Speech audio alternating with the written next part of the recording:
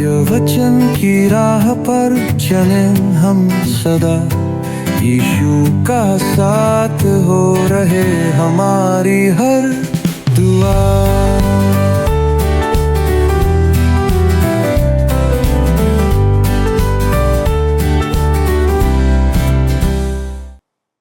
प्रिय दर्शकों, प्रभु यीशु मसीह के मधुर नाम में आप सभी को नमस्कार।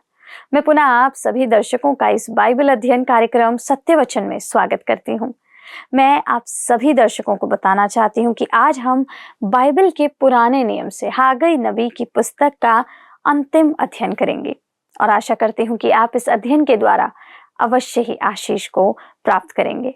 मित्रों, आज के अध्ययन में हम देखेंगे कि परमेश्वर ने इस्राएलियों को उनकी अशुद्धता और पापपूर्ण आचरण के लिए चेतावनी दी है और भविष्यवक्ता हागई के माध्यम से परमेश्वर कहता है कि उनके द्वारा चढ़ाई गई बलिदान और कार्य अशुद्ध हैं और वह उसके कारण भी बताता है कि वे अपने जीवन में परमेश्वर की इच्छाओं का पालन नहीं कर रहे थे।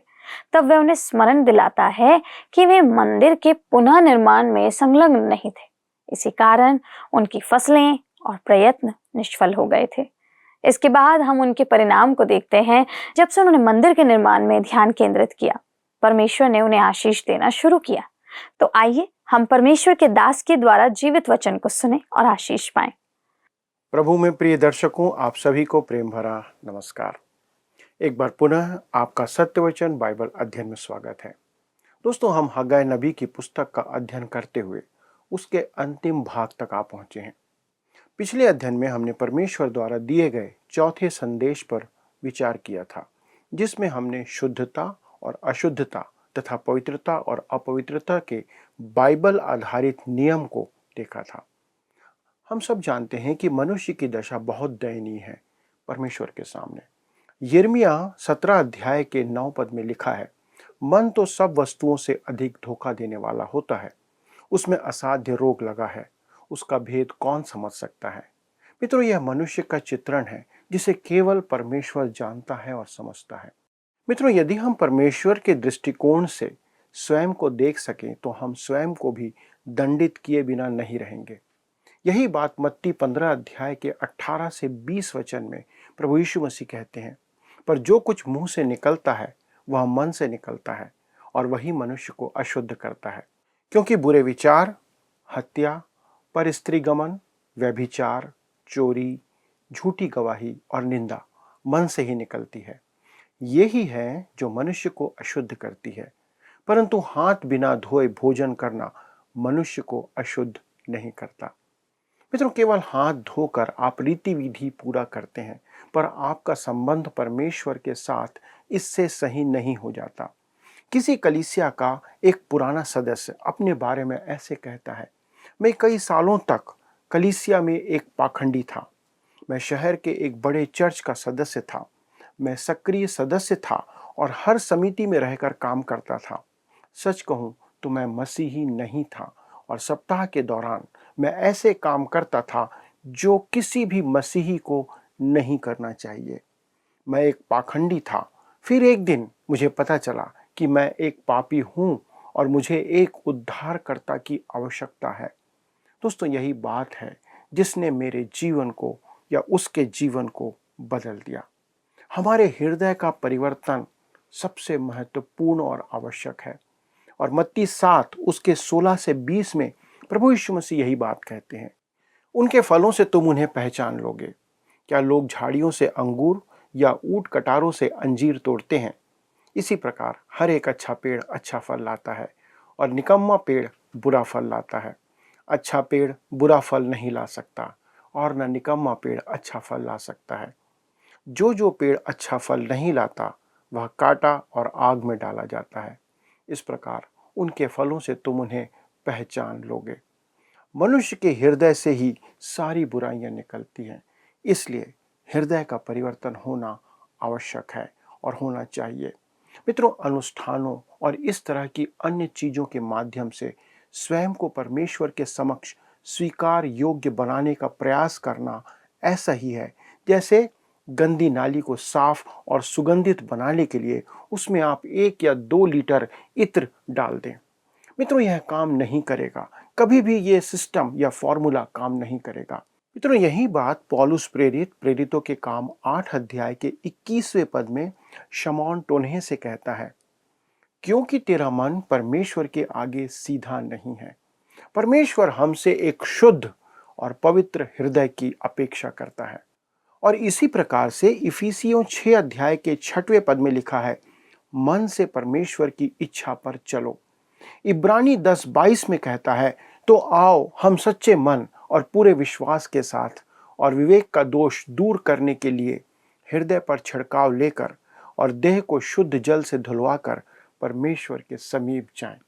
मनुष्य का हृदय जो स्वभाव ही से अशुद्ध है, कैसे शुद्ध किया जा सकता है?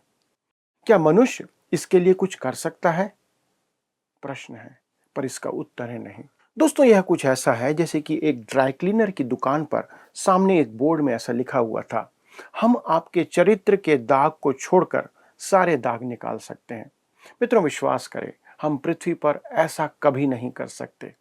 नीति वचन 20 अध्याय 9 पद में कहता है, कौन कह सकता है कि मैंने अपने हृदय को पवित्र किया है अथवा मैं पाप से शुद्ध हुआ हूं? कोई नहीं कह सकता।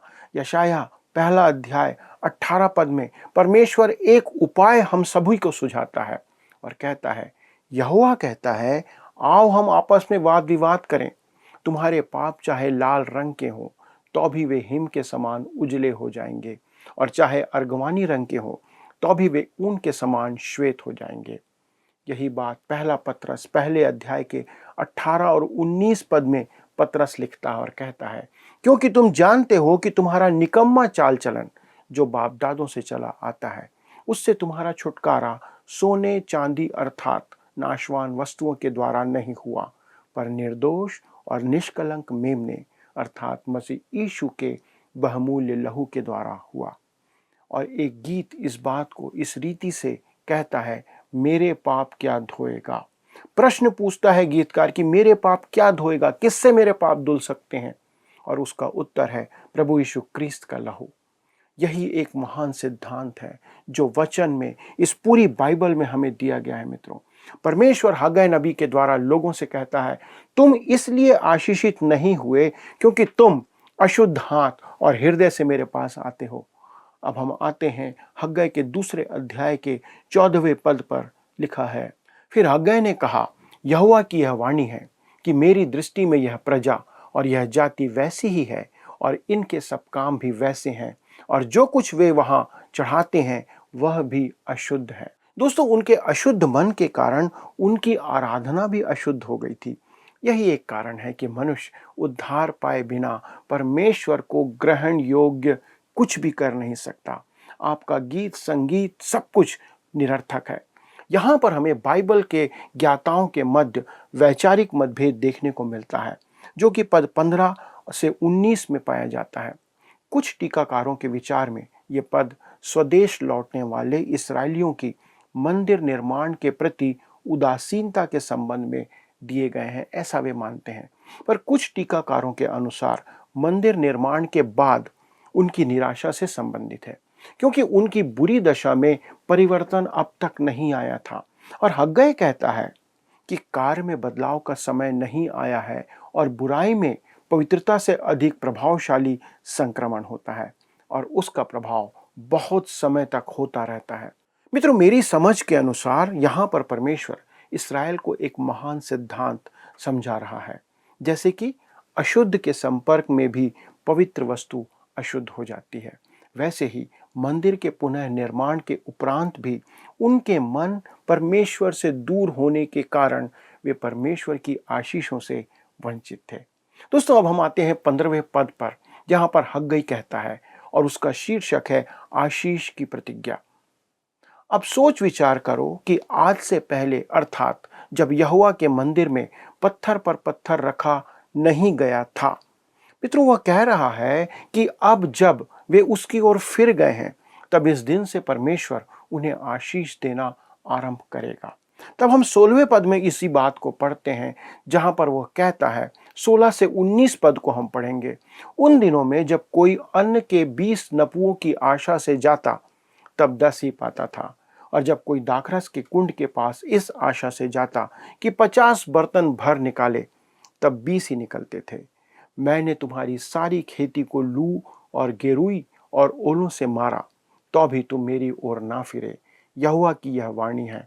अब सोच विचार करो कि आज से पहले, अर्थात जिस दिन यहोवा के मंदिर की नींव डाली गई, उस दिन से लेकर 9वें महीने के इसी 24वें दिन तक क्या दशा थी, इसका सोच विचार करो।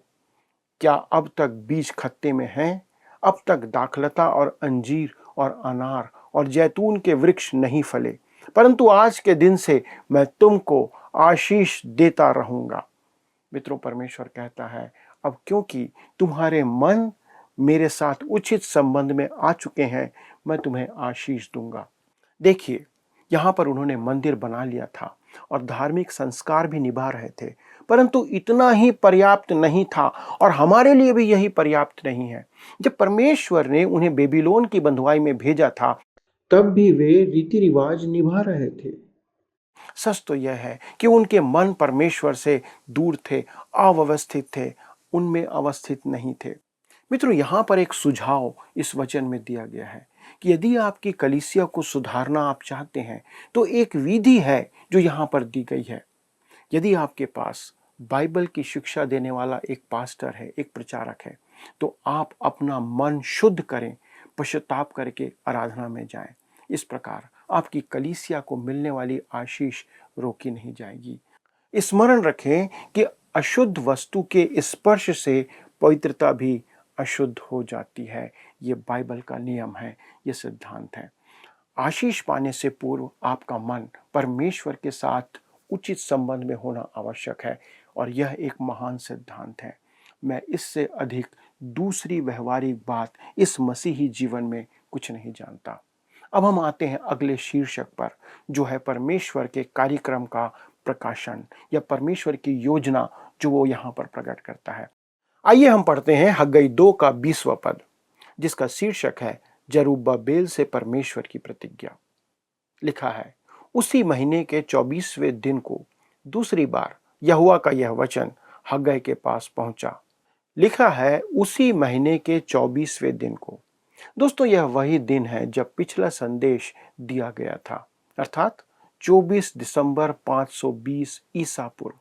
पर प्रश्न उठता है कि क्यों एक ही दिन में 2 संदेश दिए गए? इस बात का हमारे पास कोई निश्चित उत्तर नहीं है। अब हम आगे बढ़ते हैं और पद 21 पर आते हैं, जहां पर लिखा है, यहूदा के अधिपति जरुब्बाबेल से योग कहें, मैं आकाश और पृथ्वी दोनों को कंपाऊंगा। कहता है यहूदा के अधिपति जरुब्बाबेल से यूं कहें। यह संदेश जरुब्बाबेल के लिए था, जो एक शासकीय कर्मचारी था, एक अधिपति था और दाऊद राजा के वंश से था। परमेश्वर उससे यहाँ पर प्रतिज्ञा करता है, और क्या प्रतिज्ञा करता है उसके लिए आइए हम पढ़ें 22वां पद। लिखा है, और मैं राज्य राज्य की गद्दी को उलट दूंगा, मैं अन्य जातियों के राज्य का बल तोड़ूंगा और रथों को सवार समेत उलट दूंगा और घोड़ों समेत सवार एक दूसरे की तलवार से गिरेंगे। जैसे कहता है, मैं अन्य जातियों के राज्य का बल तोड़ूंगा। मित्रों, जब परमेश्वर कहता है मैं आकाश और पृथ्वी दोनों को कंपाऊंगा और राज्य की गद्दी को उलट दूंगा, वह महाक्लेश के समय की बात कर रहा है, जैसा उसने इस अध्याय के पद 6 और 7 में किया था, जहां पर लिखा है, मैं रथों को सवारों समेत उलट दूंगा, क्योंकि लोग उन पर ही भरोसा रखे हुए थे। दोस्तों, आज हम परमाणु बम पर अपना भरोसा रखते हैं, हम बंदूकों पर अपना भरोसा रखते हैं, हम तोपों पर भरोसा रखते हैं, हम सेना पर भरोसा रखते हैं। परमेश्वर कहता है मैं सब कुछ उलट दूंगा। अब हम आते हैं इसके अंतिम शीर्षक पर, जो है भविष्य के लिए अपेक्षा या परमेश्वर की योजना, जिसके आधार पर हम अपने भविष्य की अपेक्षा कर सकते हैं। आइए हम पढ़ें हग्गई 2 अध्याय का 23वां पद। लिखा है, सेनाओं के यहोवा की यह वाणी है, उस दिन हे शालतिएल के पुत्र मेरे दास जरुब्बाबेल, मैं तुझे लेकर अंगूठी के समान रखूंगा। यहोवा की यही वाणी है, क्योंकि मैंने तुझी को चुन लिया है। सेनाओं के यहोवा की यही वाणी है। दोस्तों यहाँ पर ध्यान दीजिए कि कहता है उस दिन, ना कि आज के दिन। दोस्तों यह अंत समय के विषय में है और कहता है मैं तुझे अंगूठी के समान रखूंगा। मित्रों यहाँ अंगूठी से तात्पर्य है राजसीय चिन्ह या मुहर, जिसे राजा के प्रतिनिधि किसी अधिकार पत्र पर हस्ताक्षर करने के लिए उपयोग करते थे। क्योंकि यह राजा का प्रतिनिधित्व करता था, इसलिए वे इसे बहुत सावधानी से रखते थे और आमतौर पर वे इस अंगूठी को पहने रहते थे। यह उनकी सबसे बहुमूल्य संपत्ति का प्रतिनिधित्व करता था। और जब कहता है मैंने तुझी को चुन लिया है, सेनाओं के यहोवा की यही वाणी है। मित्रों जैसा हमने देखा था, जरुब्बाबेल राजा दाऊद के वंश से था। परमेश्वर प्रतिज्ञा करता है कि ना केवल मसीह दाऊद के वंश से आएगा, वह जरुब्बाबेल के वंश से भी होगा। हालांकि मत्ती और लूक दोनों के द्वारा लिखी वंशावली में जरुब्बाबेल या उस भाषा में जरुब्बाबिल का नाम आता है, लेकिन मत्ती में जो व्यक्ति है वह निश्चित रूप से एक अलग व्यक्ति है या एक अलग जरुब्बाबेल है। परमेश्वर ने जरुब्बाबेल से की अपनी प्रतिज्ञा को पूरी किया। प्रभु यीशु मसीह उतना ही जरुब्बाबेल का भी पुत्र है जितना वह दाऊद का पुत्र है। मित्रों यह भविष्यवाणी उस दिन की प्रतीक्षा करती है जब प्रभु यीशु मसीह महाक्लेश के अंत में, जब महाक्लेश समाप्त होगा, तब इस पृथ्वी पर आएंगे और परमेश्वर जरुब्बाबेल की वंशावली, दाऊद की वंशावली को प्रभु यीशु मसीह के व्यक्तित्व में संपूर्ण संसार के राज सिंहासन पर बैठाने की योजना बना चुका है और उसे पूरा करेगा। दोस्तों वह राजाओं का राजा, प्रभुओं का प्रभु है। वह पृथ्वी पर शासन करने के लिए आएगा। हग्गई की यह छोटी सी पुस्तक प्रभु यीशु को नैतिक शासक, राजनैतिक शासक और उस दिन इस पृथ्वी पर शासन करने वाले राजा के रूप में चित्रित करती है, जो इसे एक बहुत ही महत्वपूर्ण पुस्तक बनाती है जो पुराने नियम में है। दोस्तों यह सच है कि हग्गई के दिनों में बनाया गया छोटा मंदिर, जिसे जरुब्बाबेल का मंदिर कहा जाता है, बहुत प्रभावशाली नहीं था, बहुत सुंदर नहीं था, बहुत बड़ा नहीं था, लेकिन यह बहुत महत्वपूर्ण है क्योंकि यह उन मंदिरों की पंक्ति में है जिनमें किसी दिन मसीह स्वयं आएगा और शासन करेगा। प्रिय मित्रों यह छोटी पुस्तक हमारे लिए अति महत्वपूर्ण है क्योंकि यह हमें परमेश्वर के सामने कैसे जाना है इस विषय में विस्तार से बताती है। हमारे प्रभु यीशु मसीह के राजा होकर आने के बारे में हमें ऐतिहासिक रूप से बताती है। मेरा विश्वास है कि आप इस पुस्तक के अध्ययन के द्वारा परमेश्वर को और निकटता से जानने पाए होंगे और आपके जीवन में इसका जो प्रभाव है वो सकारात्मक हुआ होगा। मित्रों यदि आपके पास इस अध्ययन से संबंधित कोई प्रश्न है तो निश्चित तौर पर हमसे संपर्क करें। आप फ़ोन कर सकते हैं, आप SMS कर सकते हैं, आप हमें पत्र भी लिख सकते हैं। दोस्तों जब आप हमें पत्र लिखते हैं या हमें फ़ोन करते हैं तो हमें पता चलता है कि आप तक ये वचन जो पहुंच रहा है वो आपके जीवन में किस रीति से काम कर रहा है। दोस्तों आपके प्रत्युत्तर का हमें बहुत इंतज़ार रहता है और इसीलिए मैं आपसे आज निवेदन करूंगा कि कृपया इस कार्यक्रम के समाप्त होने के बाद अपना फ़ोन उठाएं, मोबाइल उठाएं और हमसे संपर्क करें ताकि हम जानें कि आज आपने क्या सीखा। अपने विचार हमें बताएं। आइए प्रार्थना के साथ इस पुस्तक के अध्ययन को समाप्त करें। स्वर्गीय पिता, हम धन्यवाद देते हैं प्रभु यीशु मसीह में होकर इस सुंदर अध्ययन के लिए जो प्रकट करता है कि मनुष्य अपने किसी भी प्रयास से आपके सन्मुख नहीं आ सकता और हमें कैसे आपके सन्मुख आना है, इस बात को आपने इस अध्ययन के द्वारा से हम पर प्रकट किया। पिता परमेश्वर हम धन्यवाद देते हैं। पिता आपका अनुग्रह हम पर है जिस कारण से आपने इन बातों को हमें प्रकट किया। प्रभु अनुग्रह करें कि हम आपके वचन के अनुसार आपके सन्मुख आएं, इससे पहले कि हम रीति विधि पूरा करें, इससे पहले कि हम उन बातों में जाएं जो कि आपका वचन कहता है, हम अपने संबंध को आपके साथ सुधारें। और यदि हमारा संबंध आज आपसे टूटा हुआ है तो अनुग्रह करें पिता कि इस समय मसीह यीशु के लहू के द्वारा हम आपके निकटता में आए। सारे दर्शकों के लिए, इनके लिए प्रार्थना है प्रभु कि आपका अनुग्रह इन पर हो। यदि अब तक इन्होंने प्रभु यीशु को नहीं जाना था और यदि आज उन्होंने उस लहू के द्वारा माफ़ी को समझा है तो प्रभु अनुग्रह करें कि वे इस वचन के आधार पर आपके सन्मुख ग्रहण किए जाएं। प्रभु, आपका संपर्क और संबंध उनके साथ स्थापित हो। इस वचन के लिए धन्यवाद देते हुए, इस अध्ययन के लिए धन्यवाद देते हुए, इस विनती को प्रभु यीशु क्रिस्ट के नाम से मांगते हैं, आमीन। प्रिय मित्रों, अगले प्रसारण में एक नई पुस्तक का अध्ययन हम आरंभ करेंगे और मुझे पूरा विश्वास है कि उसके द्वारा भी हम सब परमेश्वर की महिमा करेंगे और आशीषित होंगे। प्रभु आपको, आपके पूरे परिवार को, आपकी सेवा को आशीषित करें। मित्रों, आज के अध्ययन में हमने देखा कि परमेश्वर की आशीषें और सफलता उनके प्रति हमारी निष्ठा और आज्ञाकारिता पर निर्भर करती है। जब हम परमेश्वर के कार्यों में संलग्न होते हैं और उनके मार्गदर्शन का पालन करते हैं, तब वो हमें आशीष देता है। इसलिए हमें अपने जीवन में परमेश्वर को प्राथमिकता देनी है और उनके आदेशों का पालन करना है, ताकि हम उनकी आशीषों के पात्र बन सकें। इसी के साथ हागई नबी की पुस्तक का अध्ययन समाप्त होता है और अगले प्रसारण में हम एक नई पुस्तक से अध्ययन को आरंभ करेंगे। कृपया इस अध्ययन में शामिल होना मत भूलिएगा। मित्रों, यदि आप इस अध्ययन को दोबारा सुनना चाहते हैं तो आप हमारे YouTube channel word sounds Hindi में सुन सकते हैं। अधिक जानकारी और प्रार्थना के लिए आप दिए गए नंबर पर संपर्क कर सकते हैं। हमारे परामर्शदाता आपकी सहायता अवश्य करेंगे। यदि आप हागई नबी की पुस्तक के अध्ययन से आशीषित हुए हैं तो आप अपनी गवाही फोन या व्हाट्सएप के द्वारा भी हमें दे सकते हैं। हमें आपके फोन या व्हाट्सएप का इंतजार रहेगा। धन्यवाद।